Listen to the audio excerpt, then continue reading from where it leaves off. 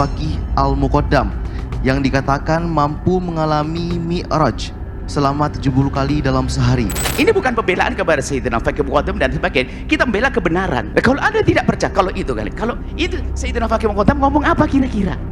Bukunya di mana bunyinya? Siapa yang menukil cerita ini? Tadi murid saja bisa saja berdua berbeda pendapat. Kalau murid berbeda pendapat, orang lain pun sangat mungkin boleh tidak percaya. Bisa jadi ada dimasukkan sesuatu yang berlebihan, bisa jadi. Sementara telah disepakati adalah seorang alim besar Sayyidina Faqih Muqaddam.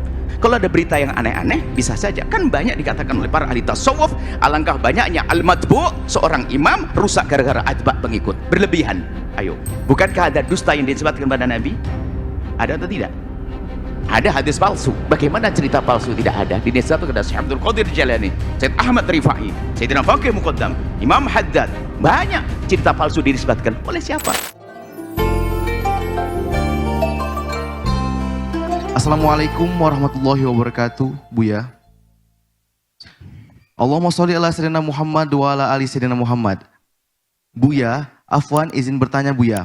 Ada kisah yang diceritakan oleh beberapa habib dan kiai mengenai Habib Faqih Al-Muqaddam yang dikatakan mampu mengalami mi'raj selama 70 kali dalam sehari. Bagaimana pandangan Buya terkait hal ini? Dan bagaimana seharusnya kita sebagai umat muslim menyikapi kisah-kisah ini? Terima kasih Buya atas jawabannya. Wassalamualaikum warahmatullahi wabarakatuh. Pertama ada kaidah karomah. Di dalam memahami karomah harus ada kaidahnya supaya kita tidak keluar di dalam menceritakan karomat atau di dalam mempercaya karomat.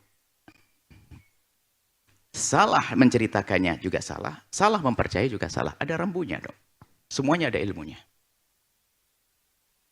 Kalau para ulama mengatakan mukjizat pada Nabi kalau terjadi pada umat adalah sebagai karomat, itu pun harus ada rambu-rambunya. Bukan esok hari lalu berkata, aku mendapatkan Al-Quran sebagai mukjizat, mendapatkan ayat baru mukjizat, nggak boleh. Makanya ini adalah mukjizat Nabi. Tidak ada rambu-rambunya dong. Ini adalah masalah karomah. Karomah ada, kita yakini ahli sunnati wal jamaatil asy'ariyah, khususnya kaum asy'ariyah mengatakan karomah itu ada. Karomah ada. Kisah Siti Maryam adalah karomah. Sayyidina Umar ya Sariyah al-Jabal karomah. Dari tempat yang jauh Sayyidina Umar perdengarkan suaranya. Karomah ada.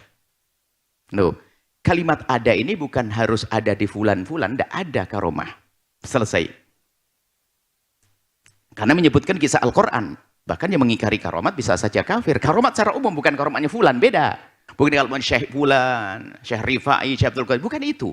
Karomah secara umum kalau ada mengingkari, ada keluar dari iman. Karena apa? Disebutkan di dalam Al-Quran. Karomah yang artinya apa? Sesuatu kejadian yang luar biasa yang diberikan oleh Allah kepada selain Nabi dari hamba soleh. Seperti Maryam. Anna laki hadha. Maryam bukan Nabi disepakati. Ada khilaf sedikit sekali. Yang mengatakan Maryam Nabi perempuan. Kebanyakan bukan Nabi, tapi dia diberi oleh sesuatu yang luar biasa. Itu karamah. Yang mengingkari dalam Al-Quran ada. Cuman kalau mbah saya ceritakan ke Anda punya karomat, Anda boleh percaya belum? Tidak, saya cerita saya. Ini beda loh ya. Masalah kaidah mempercayai ini beda. Anda harus bisa memilah. Karomat secara umum ada. Nah, satu. Kemudian, apa sih yang harus disepakati untuk kita percaya? Yang kita sepakati berita keramat kan gaib. Saya tidak tahu kejadiannya hanya waktu itu. Waktu yang telah lalu atau yang datang. Manusia dicatatkan dari tanah, nggak ada yang melihat. Tapi Al-Quran menyebutkan. Al-Quran yang cerita. Karena Al-Quran mutawatir. Qat'il wurud, qat'iyud dalalati. Dalalahnya jelas, maknanya jelas. Quran mutawatir pasti benar, maka kita wajib percaya. Manusia adalah dari tanah. Penciptaan Adam. Biarpun kita tidak pernah melihatnya waktu itu. Karena yang beritakan Al-Quran. Atau satu hadis mutawatir. Termasuk kita bilang sam'iyat ini. Lihat, ini kaidah. Ini termasuk kita hubungkan deh. Masalah keramat di sini. Sam'iyat. Apa yang wajib kita percaya tentang berita? Hanya dari hadis Nabi yang mutawatir. Maknanya pasti tidak ada perbedaan pendapat. Atau Quran mutawatir. Quran dan maknanya orang sepakati. Hadis Nabi yang ulama berbeda tentang makna. Orang berbeda pendapat boleh dong. Ada imam ini mengingkari, imam itu mengingkari, ada. Itu hadis Nabi. Karena sahihnya adalah sahih khabar ahad. Bukan khabar yang mutawatir. Ini hadis Nabi saja ada. Imam Abu Hanifah mengingkari. Enggak dikatakan syirik kok. Karena bagi dia hadisnya tidak sahih. Ini urusan hadis. Lah kalau berita si fulan punya keramat, Anda tidak wajib percaya tentang keramatnya si dia.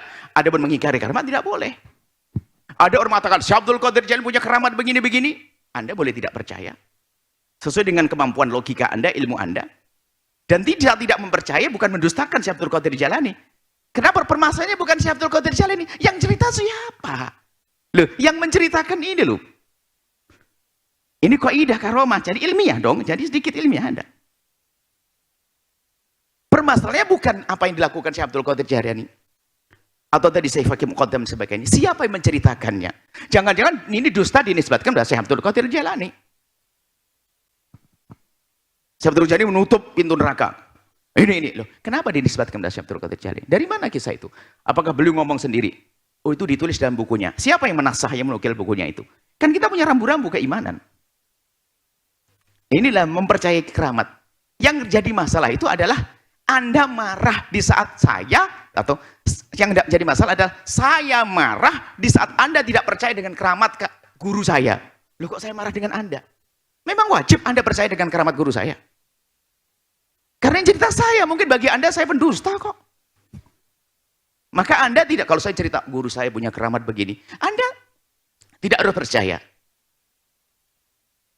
Ingkar pun juga nggak perlu, Anda tidak perlu sambungkan. Karena apa? Wah, misalnya kami cerita, oh guru saya punya keramat subhanallah. Dia bisa berjalan dari Jawa Timur ini hanya 1 jam. Padahal saya itu adalah guyonan waktu itu. Tapi santri sebelah kanan nangkepi bener. Wah, Buya ya punya guru dari Jawa Timur jawab 1 jam. Wah, cepet banget. Padahal saya guyonan. Cerita saya naik pesawat padahal itu nanti. Cuman yang satu nangkapi ini kayak keramat beneran, ini guyonan. Itu bisa ceritanya macam-macam loh di sana. Ceritanya keramat. Loh, model ini padahal saya juga tidak bohong, saya hanya guyonan dari satu sisi. Ya. Bisa jadi saya cerita beneran, saya melihat saya punya guru begini. Saya punya guru Masya Allah suatu ketika dia kehabisan gula misalnya. Tentu sudah ambil pasir jadi gula. Saya cerita dan saya benar. Anda tidak boleh percaya kok. Anda boleh nggak percaya karena ini bukan Quran yang harus Anda percaya. Berita dari saya, manusia, saya bukan nabi. Yang bisa saja saya berbohong, maka tidak wajib percaya dengan keramat. Ini kan kaidah. Kalau Anda salah di dalam ilmu ini, alangkah banyaknya dusta yang dinisbatkan pada ulama dianggap benar, padahal ulama tidak melakukan. Keramat-keramat palsu dinisbatkan pada ulama-ulama, padahal itu tidak terjadi. Berarti kita telah menodai ulama gara-gara kita tidak punya rambu dan sudah mempercaya. 70 kali Isra Mi'raj dinisbatkan kepada Syekh Fakih Muqaddam. Apakah benar menisbatkan cerita kepada beliau? Kecuali saya memandang dengan kebencian dengan kelompok Sayyidil Fakih Muqaddam. Wah, ini dusta dan sebagainya. Loh, kita tanya dulu, siapa yang menisbatkan kisah ini ke sana? Betulkah ada cerita ini? Seandainya betul cerita ini dalam rangka apa? Bukankah sering kita dengar ulama cerita Isra Mi'raj yang dilakukan Nabi adalah menghadap kepada Allah dalam Isra Mi'raj. Dan itu hadiah buat kita. Sehingga seorang muslim sehari tidak kurang berisra mi'raj 5 kali, yaitu dengan sholat. Loh, bahasa begini ini kan bahasa memahamkan isra mi'raj seorang hamba adalah dengan sholat. Misalnya, bukan kami mengatakan, Buya Yahya isra mi'raj 5 kali sehari. Misalnya. Ini bukan pembelaan kepada Sayyidina Fakih Muqaddam dan sebagainya. Kita membela kebenaran. Nah, kalau Anda tidak percaya, kalau itu Sayyidina Fakih Muqaddam ngomong apa kira-kira? Bukunya di mana bunyi? Siapa yang menukil cerita ini? Tadi murid saja bisa saja berbeda pendapat. Kalau murid berbeda pendapat, orang lain pun sangat mungkin boleh tidak percaya. Bisa jadi ada dimasukkan sesuatu yang berlebihan, bisa jadi. Sementara telah disepakati adalah seorang alim besar, Sayyidina Fakih Muqaddam. Kalau ada berita yang aneh-aneh, bisa saja. Kan banyak dikatakan oleh para ahli tasawuf, alangkah banyaknya al-madbu', seorang imam, rusak gara-gara adba' pengikut. Berlebihan. Ayo. Banyak kisah dinisbatkan kepada Imam Haddad, dusta. Kalau kita pengen tahu Imam Haddad dari mana, saya tahu Imam Haddad, saya tidak usah bingung-bingung. Saya baca bukunya, selesai. Risalatul Mu'anah, Nasu'idiniyah. Semuanya, coba, indah. Mana ada keanehan-keanehan seperti yang diceritakan pendongeng-pendongeng? Loh, kita kan punya standar. Alhamdulillah bukunya Imam Haddad kita punya semuanya. Dari sisi mana ada kesesatannya? Dari bukunya. Oh, cerita. Orang cerita bisa tambah-tambah. Ada tambahannya dan sebagainya. Makanya banyak rusaknya matbu' gara-gara adba'. Imam besar Syekh Abdul Qadir Jalani banyak dalam kitab-kitab cerita tentang keramat-keramat Syekh Abdul Qadir Jalani yang Wali Songo banyak keramat-keramat palsu. Sampai ada satu catatan, langsung kami dustakan. Ada satu sunan di Jawa menikah dengan Nyi Roro Kidul. Nggak percaya, bohong itu. Kok sunan wali nikah dengan Nyi Roro Kidul? Ini kayak begitu. Katanya keramat. Loh keramat kok begitu? Nggak ada. Ayo misalnya. Ya, kita kan punya standar ilmiah. Oh itu betul ada di buku ini. Siapa yang menukil buku itu? Kemudian setelah itu apa? Anda tidak percaya, nggak ada masalah. Selesai. Kalau Anda langsung menjelekkan Sayyidina Fakih Muqaddam, loh apakah betul dia mengatakan dan mengakui? Dan bahasanya, narasinya apa? Waktu beliau ngomong apa? Ini bukan berlaku pada Sayyidina Fakih Muqaddam, kepada siapapun. Ulama-ulama yang selamat ini dianggap punya keramat, kita harus bisa punya filter. Biasa pengikut kadang punya tambahan. Ceritanya sedikit ditambah sedikit. Ada tambahan-tambahan. Tapi ulama-ulama punya standar di dalam melihat sebuah kisah. Bukankah ada dusta yang disebutkan kepada Nabi? Ada atau tidak? Ada hadis palsu. Bagaimana cerita palsu tidak ada? Dinisbatkan kepada Syekh Abdul Qadir Jalani, Syekh Ahmad Rifai, Sayyidina Fakih Muqaddam, Imam Haddad. Banyak cerita palsu dinisbatkan. Oleh siapa? Ya oleh orang-orang. Kemudian setelah itu, ya selagi itu hadis palsu, ya jangan dibawa dong. Sedihati cerita itu tidak sesuai dengan rambu-rambu syariat, jangan dinisbatkan kepada Syekh Abdul Qadir Jalani. Kalau tidak salah kita juga pernah ditanya tentang keramat Syekh Abdul Qadir Jalani yang aneh tidak tahu apa itu. Tidak mungkin seperti itu. Ada rambu-rambunya dong. Syekh Abdul Qadir Jalani orang besar.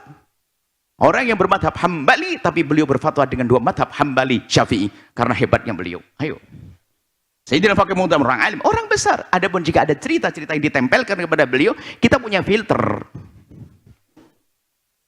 Jangan menjelekkan Abdul Qadir Jalani pada Syekh Fakih Muqaddam. Ya membawa cerita itu barangkali. Kemudian maksudnya 7 kali Isra Mi'raj itu seperti apa maksudnya? Atau hanya mungkin dia sholat 27 kali? Karena sholatnya seorang hamba adalah seperti Isra Mi'rajnya Nabi dalam arti saat itu menghadap khusus kepada Allah dengan at-tahiyatul mubarakatuh. Mungkin kita tidak tahu seperti apa. Hari ini kami berikan rambu-rambu Anda di dalam bicara tentang keramat. Anda yang bercerita tentang keramat, kiai Anda, ulama Anda, guru Anda, sebatas Anda bercerita. Kalau orang tidak percaya, Anda tidak perlu marah. Karena tidak wajib percaya dengan cerita Anda. Yang wajib percaya dengan adanya keramat. Saya cerita tentang keramat wali guru-guru saya, Anda tidak wajib cerita. Sebab yang cerita saya. Saya bisa bohong. Ini rambu-rambu supaya kita punya adab. Jangan langsung Syekh Abdul Qadir Jalani. Ini kan lihat orang yang anti keramat, anti tasawuf. Syekh Abdul Qadir Jalani jahujat habis-habis, lihat anti tasawuf.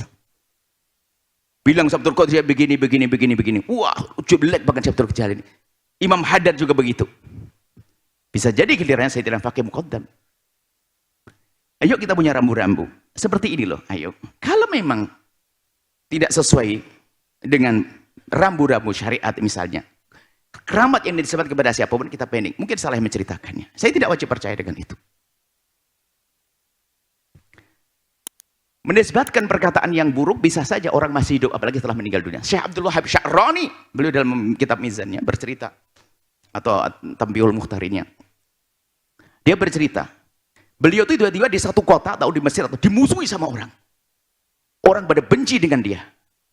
Bingung dia. Gara-gara kitabnya tersebar ke sana. Kaget, kenapa aku jadi dimusuhi gara-gara kitabku? Rupanya di kitabnya beliau sudah ditulis ulang oleh orang, ditambahi di dalamnya yang bertentangan dengan syariat. Lalu dia berkata, aku masih hidup saja ada orang malsukan buku saya. Apalagi setelah aku hidup, setelah aku mati. Ada dinisbatkan pada ulama. Makanya kita itu harus punya rambu-rambu dong dalam menilai. Jangan langsung gara-gara keramat yang aneh dinisbatkan pada Syekh Abdul Qadir Jalani. Kita langsung, oh kok Qadiriyah nggak benar semuanya. Loh, Anda ini apa? Sayyidina Fakih Muqaddam, kemudian Ba'alawi salah semua. Oh ini keramat Wali Songo aneh, Wali Songo batal semua. Loh, Anda ini tidak cerdas dong dalam menilai. Kami ingin hari ini belajar cerdas semuanya. Terserah Anda menilai seperti apa setelah ini. Kami ingin ini, baca kitab Samiyat. Kami letakkan rambu-rambu keimanan. Macam-macam dalam dunia tasawuf, kisah Khidir alaihissalam. Yang tidak percaya adanya Khidir tidak kafir kok. Yang nggak boleh adalah tidak percaya ada seorang laki-laki soleh yang ada di dalam Al-Quran. Namanya bisa berbeda pendapat. Yang mengatakan Khidir sudah meninggal hari ini juga tidak kafir kok. Karena ada yang mengatakan dalam ulama kita, Khidir sudah mati saat itu, ada Khidir mati pada zaman Nabi. Atau nama Khidir sendiri. Contoh ini disebutkan di sini, cara mengiman. Kadang-kadang orang itu urusan-urusan begini langsung berantem. Kamu tidak percaya kalau kiai saya ketemu Khidir ya? Kurang ajar kamu dengan kiai saya. Hei, ada kiai ulama yang ngomong Khidir sudah meninggal dari dulu. Dan itu tidak kafir loh. Ini kan masalah ilmiah. Repot masalah ilmiah digabung dengan masalah fanatik. Kalau kami yang dinisbatkan kepada Syekh Abdul Qadir Jailani, Sayyidina Faqih Bukhari yang aneh-aneh, tidak. Kami husnudonnya adalah itu tidak benar dinisbatkan kepada Syekh Abdul Qadir. Mungkin penukilnya yang tidak benar. Kalaupun seandainya benar, mungkin maknanya adalah mungkin kita tafsir, takwili. Maknanya apa? Beliau sholat banyak, 27 minimal. Sholat adalah Isra Mi'rajnya seorang hamba dalam arti menghadap secara spesial kepada Allah. Puasa dianggap menghadap kepada Allah. Umrah menghadap kepada Allah. Tapi dalam sholat itu sendiri adalah gambaran Isra Mi'rajnya Nabi adalah waktu berdialog dengan Allah dengan at-tahiyatul mubarakatuh salawatu thayyibatu lillah. Itu adalah dialog langsung dengan Allah. Lalu dikatakan Isra Mi'rajnya seorang hamba adalah sholat. 5 kali dalam sehari kita menghadap kepada Allah dengan khusus. Allahu Akbar. Menghadap ke arah yang sama semuanya. Nah ini maknanya. Orang nukil. Buya Yahya Isra Mi'raj 5 kali dalam sehari. Ngalang-ngalai Nabi Muhammad. Anda ini misalnya. Ini bukan masalah pembelaan. Kalau ada yang tidak benar dinisbatkan kepada Syekh Abdul Qadir Jailani, bukan Syekh Abdul Qadir Jailani yang menisbatkan. Banyaklah kita mengumpulkan cerita-cerita yang dinisbatkan dengan dusta pada Syekh Abdul Qadir Jailani. Mungkin buat halaqah khusus. Termasuk Imam Haddad. Dan kami banyak mengingkari cerita-cerita yang dihadirkan pecinta-pecinta Imam Haddad dinisbatkan kepada Imam Haddad. Kami katakan, untuk kenal Imam Haddad tidak dari cerita yang bermacam-macam. Cukup dengan bukunya yang hebat. Kurang apa ayo? Bukunya ditulis oleh beliau, dibacakan kepada muridnya, diperdengarkan, ditulis, ditaskeh terus, diulang-ulang. Allah. Bahkan beliau adalah salah satu orang Imam Haddad misalnya, yang mewaspadai kita, mewanti-wanti kita, agar tidak baca buku-buku yang menyeramkan. Dalam urusan tasawuf yang berlebihan. Loh, ini sebagai contoh, Pak Ikhwan. Setelah itu, ayo kita indah. Jangan hanya mencari-cari kesalahan yang dinisbatkan pada seorang ulama untuk menghujat pengikutnya. Qadiriyah sesat, Rifaiyah sesat, ini sesat, hanya gara-gara keramat-keramat palsu yang dinisbatkan misalnya. Kita punya rambu-rambu. Adapun yang ditanyakan, kita perlu cek. Betulkah sanadnya cerita kepada dia? Kemudian maksud Sayyidina Faqih itu apa kalau betul? Kemudian biarpun sanadnya benar, ini adalah kisah manusia. Dia adalah kita tidak wajib mempercayai. Karena apa? Bukan hadis mutawatir. Kita tidak mempercayai keramat yang dinisbatkan kepada Syekh Abdul Qadir. Kita tidak haram kok. Karena apa? Permasalahannya kita meragukan. Ini bukan orang mutawatir, bukan jumlah orang cerita aku melihat gerombolan mar rawahu jam'un an jam'in la yumkinu tawatuh ma'al kadibi, bukan dikriwatkan oleh kelompok orang. Nah, ini nukil ke fulan ngomong, ya fulan ngomong. Sangat mungkin itu ada kemasukan dusta atau lupa dan seterusnya, sehingga khobar ahad itu sendiri pun kalau ada orang tidak meyakini bukan sesuatu yang disalahkan. Sehingga disitulah terjadi perbedaan. Ada furu'ul akidati, perbedaan urusan akidah. Apalagi masalah keramat. Ini adalah rambu-rambu ilmu. Mohon maaf agak panjang karena ilmiah. Ilmiah, coba saja. Jangan lihat, wah ini pembelaan. Membela kebenaran. Rambu-rambu di dalam beriman. Lambu-lambu dalam mengiman. Itu kan hal gaib, berita keramat itu hal gaib. Berita yang lalu gaib, saya tidak melihat secara langsung, namanya gaib. Gaib itu terjadi pada masa lalu yang kita tidak tahu, hari ini kita tidak bisa melihat, atau yang akan datang gaib. Maka sampainya kepada kita dengan berita. Siapa yang membawa berita? Rambu-rambu berita ada. Ini dalam kitab ini. Maka kami berharap kitab ini segera dimiliki oleh semuanya. Sebab banyak keanehan-keanehan di kampung kita percaya bertentangan dengan rambu-rambu berkeyakinan. Anda ini sebagai pendidik, ulama, ustadz, kalau ingin nukil kisah-kisah keramat yang bermanfaat kisahnya, apa artinya kalau Anda bercerita tentang Buya Yahya bisa ngomong sama cicak? Faedahnya apa untuk umat? Anda ini kalau menikil yang bermanfaat, keramah-keramah keistiqomahan. Ini jangan Anda suka menukil keramah-keramah, kadang-kadang yang belum tentu benar nisbatnya. Bukan bohong yang punya keramat. Pasir jadi tepung. Ya memang mungkin terjadi pada waktu wali siapa begitu. Tapi yang perlu kita hadirkan adalah kisah-kisah yang membangun moral, akhlak, dan seterusnya. Jangan gampang Anda nukil, Ustadz di mimbar, dikit-dikit keramat yang aneh-aneh. Itu menjadikan orang jenuh. Keramat berat itu adalah, nggak bisa disuri toladani. Kan gitu. Wah, pasir jadi tepung. Setelah puasa 15 hari. Akhirnya ada orang malas kerja, puasa 15 hari, biar pasir jadi tepung, nggak jadi-jadi. Jadi tolonglah yang Anda ini Ustadz tuh pilah-pilah deh kalau ngomong. Jangan asal ceplas-ceplos. Umat ini pengen suri toladan. Suri toladannya bagaimana Imam Nawawi belajar dari masa kecilnya. Jangan laduni tok saja. Imam Nawawi mendapatkan ilmu sulwas itu belajar dari kecil. Sampai dari kecil sudah diduga kalau dia bakal menjadi orang alim. Karena tampak kecerdasannya, tampak semangatnya, ibadahnya, dan seterusnya. Hari ini orang pengen praktis, pengen puasa 7 hari bisa bahasa Inggris langsung. Ada imulah dunia. Ini orang aneh-aneh. Belajar bahasa Inggris baru bisa bahasa Inggris. Jadi maksud kami, Anda ustadz semuanya, kalau Anda ingin nukil berita, cerita, itu yang bermanfaat untuk umat. Bukan hal-hal yang sering menjadi orang berselifat. Anda harus cerdas dong, bijak. Umat itu pengen yang Anda berikan bermanfaat. Akan mereka damai dengan saudara, semakin mencintai. Jadi suri toladan. Ini ustadz di mimbar ceritanya, wah ada yang bisa berterbang di awang-awang. Naik pesawat, tiket 500.000. Wah bisa berjalan di atas air. Saya sering berjalan di atas air, naik perahu. Repot, ini orang hidupnya kok aneh ceritanya. Sudahlah ya ustadz-ustadz itu, tolonglah yang cerita pada orang awam itu yang logis, yang bisa dicuri toladani dan sebagainya. Jangan cerita yang aneh-aneh. Ini juga kritik kepada para asatid itu yang bikin pusing, bikin bingung ini ya. Mohon maaf ini, karena ini juga bikin menjadi rootnya permasalahan itu gara-gara orang cerita tidak diseleksi, asal ceplos, atau mungkin karena nggak punya bahan, jarang ngaji atau bagaimana. Kayaknya akan jadi masalah semuanya. Jadi berikan kepada umat yang bermanfaat, yang menjadikan mereka bersuri toladan. Tentunya adalah ada dasar ilmiahnya dan sebagainya. Seperti itu. Ini saja. Wallahu a'lam bishawab. Sahabat Al-Bahjah TV, setelah menyaksikan video ini, jangan lupa bersolawat kepada baginda Nabi Muhammad. Shollu ala Nabi Muhammad. Allahumma sholli alaihi wa ala alihi wa sahbihi.